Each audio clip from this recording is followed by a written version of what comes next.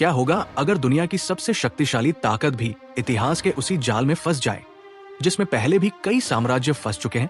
क्या होगा अगर किसी देश का पतन अचानक युद्ध से नहीं बल्कि धीरे धीरे उसकी अपनी नीतियों से शुरू होता है? और क्या होगा अगर इतिहास बार बार हमें चेतावनी देता रहा हो लेकिन हर बार सुपर पावर ने सोचा हो कि वो अलग है? आज दुनिया में एक बहुत चर्चित थ्योरी घूम रही है कि पिछले लगभग 500 साल में 3 बड़े global super power Spain, Britain और सोवियत यूनियन लगभग एक जैसे पैटर्न को फॉलो करते हुए गिरे। और कुछ एक्सपर्ट्स का मानना है कि आज का अमेरिका भी उसी रास्ते के कुछ स्टेजेस में दिख रहा है। लेकिन क्या ये सच में वैसा ही है या ये सिर्फ एक ओवर सिंप्लीफाइड एनालिसिस है? आज की इस वीडियो में हम इसी पैटर्न को समझने की कोशिश करेंगे, लेकिन ड्रामा या डर के एंगल से नहीं, बल्कि हिस्ट्री, इकोनॉमिक्स और रियल वर्ल्ड पॉलिटिक्स के कॉम्बिनेशन से। क्योंकि जब भी कोई एम्पायर गिरता है उसका असर सिर्फ उस देश पर नहीं पड़ता बल्कि पूरी दुनिया की इकोनॉमी, जॉब्स, टेक्नोलॉजी और जियोपॉलिटिक्स पर पड़ता है। इंपीरियल कोलैप्स आमतौर पर फिल्मों या टेक्स्ट बुक्स में अचानक दिखाया जाता है, जैसे कोई दुश्मन हमला करे और सब खत्म। लेकिन असल दुनिया में ऐसा कम होता है। ज्यादातर मामलों में गिरावट की शुरुआत इकोनॉमिक थकान से होती है, जब कोई देश अपनी क्षमता से ज्यादा जिम्मेदारियां उठा लेता है। दुनिया भर में मिलिट्री बेस, अलग अलग जगह कॉन्फ्लिक्ट्स, बड़े बड़े ग्लोबल कमिटमेंट्स और साथ में बढ़ता हुआ कर्ज। शुरू में कुछ भी गलत नहीं दिखता, करेंसी चलती रहती है, मिलिट्री स्ट्रांग दिखती है, लोग नॉर्मल लाइफ जीते हैं। लेकिन अंदर ही अंदर सिस्टम में क्रैक्स आने लगते हैं, प्रोडक्टिव सेक्टर कमजोर होने लगता है, रिसोर्सेज गलत जगह खर्च होने लगते हैं, धीरे धीरे एलाइज भी बैकअप प्लान बनाने लगते हैं और ट्रेड पार्टनर्स अल्टरनेटिव्स खोजने लगते हैं। यही वो पॉइंट होता है जहां पहले जो स्ट्रेंथ थी वही वल्नरेबिलिटी बन सकती है। हिस्ट्री में कई बार ऐसा हुआ है और हर बार शुरुआत लगभग अदृश्य रही है।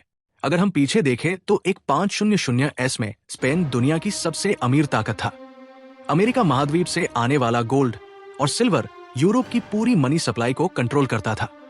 उस समय Spanish coin international reserve currency जैसा काम करता था। लेकिन इसी वेल्थ ने एक ट्रैप भी बनाया।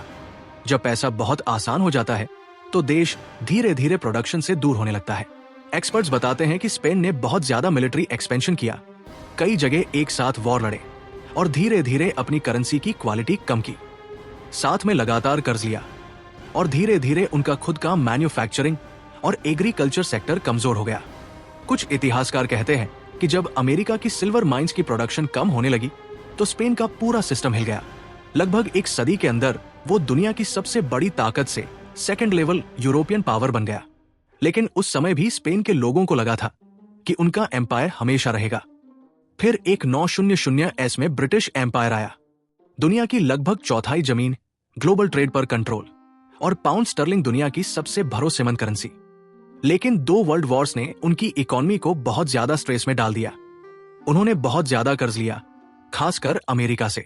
धीरे धीरे उनकी करेंसी पर प्रेशर आया और मैन्युफैक्चरिंग सेक्टर को नुकसान हुआ। एक 940s के बाद ब्रिटेन ने धीरे धीरे अपने कॉलोनियल टेरिटरी छोड़ना शुरू किया। कुछ डिकेड्स के अंदर उनका एम्पायर खत्म हो गया। आज भी ब्रिटेन एक इंपॉर्टेंट देश है, लेकिन वो ग्लोबल डोमिनेंट सुपर पावर नहीं रहा। फिर 1991 में सोवियत यूनियन का केस आया, दुनिया की 2 सुपर पावर में से एक। लेकिन कई एक्सपर्ट्स के हिसाब से बहुत ज्यादा मिलिट्री स्पेंडिंग, कमजोर कंज्यूमर इकोनॉमी और एफिशिएंसी की कमी ने सिस्टम को अंदर से कमजोर किया और आखिरकार कुछ सालों में पूरा सिस्टम टूट गया। आज के समय में कुछ एनालिस्ट्स ये सवाल उठा रहे हैं कि क्या मॉडर्न सुपर पावर भी ऐसे ही चैलेंजेस फेस कर सकते हैं?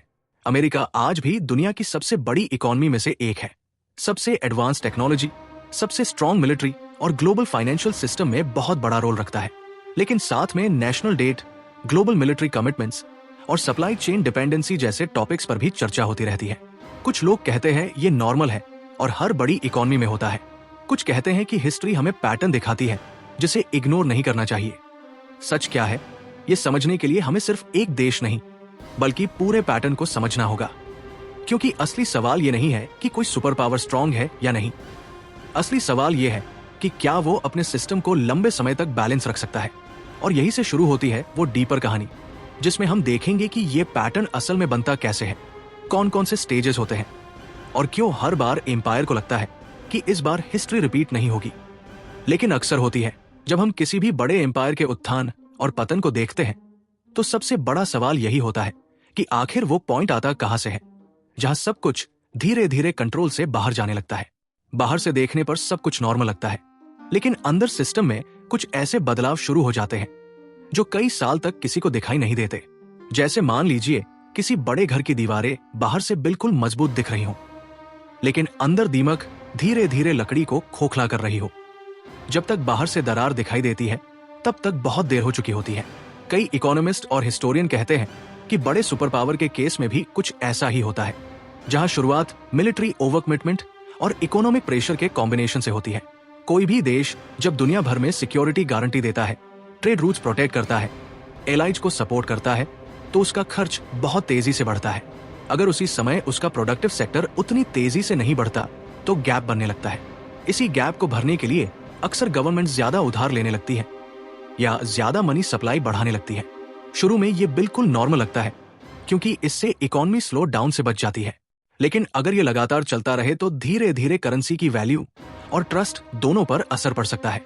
हिस्ट्री में कई बार ऐसा हुआ है कि जब तक लोग उस करेंसी को ग्लोबली यूज करते रहे तब तक सब ठीक दिखा, लेकिन जैसे ही ट्रेड पार्टनर्स ने अल्टरनेटिव्स एक्सप्लोर करना शुरू किया, सिस्टम पर प्रेशर अचानक बढ़ गया। इसे समझने के लिए आपको ये भी देखना होगा कि रिजर्व करेंसी स्टेटस सिर्फ इकोनॉमिक पावर से नहीं आता, बल्कि ट्रस्ट, पॉलिटिकल स्टेबिलिटी और मिलिट्री स्ट्रेंथ के कॉम्बिनेशन से आता है। अगर इनमें से किसी एक पर भी लंबी अवधि में सवाल उठने लगे तो धीरे धीरे बदलाव शुरू हो सकता है। यही कारण है कि कई एक्सपर्ट्स आज ग्लोबल ट्रेड में मल्टी करेंसी सिस्टम की बात करते हैं। अगर आपको अभी तक का हिस्सा इंटरेस्टिंग लग रहा हो तो चैनल को सब्सक्राइब करना मत भूलिए, क्योंकि आगे हम और भी गहराई में जाने वाले हैं। क्योंकि अभी तक हमने सिर्फ सतह को छुआ है। असली सवाल यह है कि ये पूरा सिस्टम ग्राउंड लेवल पर कैसे काम करता है और किस पॉइंट पर चीजें तेजी से बदलने लगती है। क्योंकि इतिहास हमें सिर्फ इवेंट्स नहीं बताता, बल्कि पैटर्न्स भी बताता है, और ये पैटर्न्स तभी समझ आते हैं जब हम नंबर, पॉलिसी और ह्यूमन बिहेवियर को साथ में देखते हैं। अब अगर हम सिस्टम लेवल पर देखें तो दूसरा बड़ा फैक्टर होता है प्रोडक्टिव कैपेसिटी का धीरे धीरे शिफ्ट होना।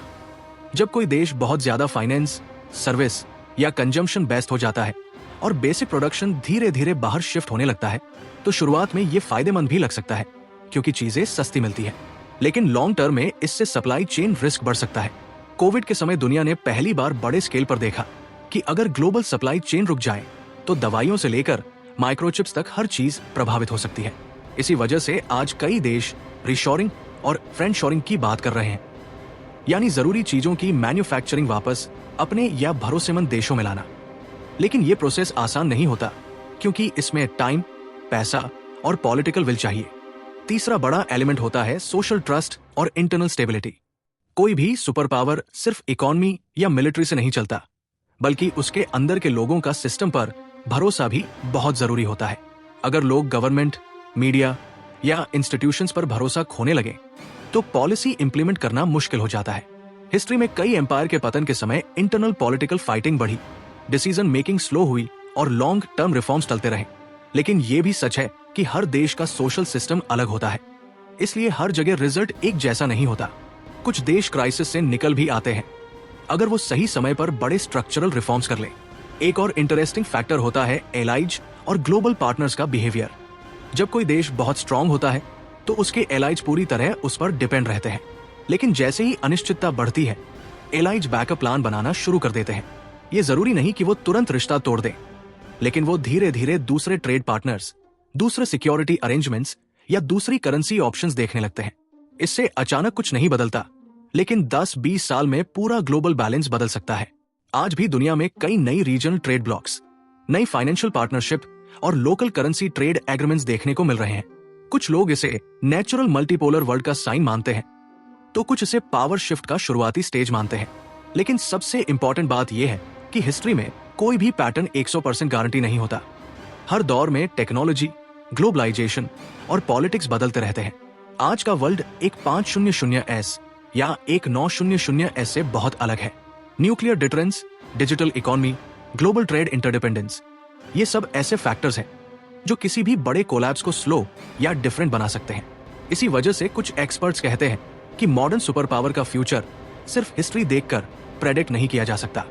लेकिन दूसरी तरफ कुछ लोग कहते हैं कि बेसिक इकोनॉमिक मैथ और ह्यूमन बिहेवियर बहुत ज्यादा नहीं बदलते, और यहीं से असली सवाल शुरू होता है। अगर कोई सुपर पावर ऐसे चैलेंजेस फेस कर रहा हो तो उसका असर सिर्फ उस देश तक सीमित नहीं रहेगा। Global trade, job market, technology innovation और यहां तक कि छोटे देशों की पॉलिसी भी बदल सकती है। और इसी वजह से अगला हिस्सा सबसे ज्यादा इंपॉर्टेंट हो जाता है, क्योंकि अब हम देखेंगे कि अगर ये ट्रेंड जारी रहता है तो दुनिया पर, एशिया पर और खासकर यंग जनरेशन पर इसका क्या असर हो सकता है। और सबसे बड़ा सवाल, क्या ये सिर्फ रिस्क है या इसके अंदर कुछ बड़े अपॉर्चुनिटीज भी छुपे हुए हैं। जब भी दुनिया में पावर बैलेंस बदलता है तो उसका असर सिर्फ सरकारों या मिलिट्री तक सीमित नहीं रहता, उसका असर आम लोगों की लाइफ तक आता है। जॉब्स, एजुकेशन, टेक्नोलॉजी, महंगाई और यहां तक कि रोजमर्रा की लाइफस्टाइल तक। अगर हम आज के ग्लोबल सिस्टम को देखें तो ये पूरी तरह इंटरकनेक्टेड है। अगर दुनिया की सबसे बड़ी इकोनॉमी स्लो होती है तो उसका असर एशिया के एक्सपोर्ट, मिडिल ईस्ट के ऑयल मार्केट, यूरोप के इंडस्ट्री सेक्टर और डेवलपिंग कंट्रीज के जॉब मार्केट पर भी पड़ सकता है।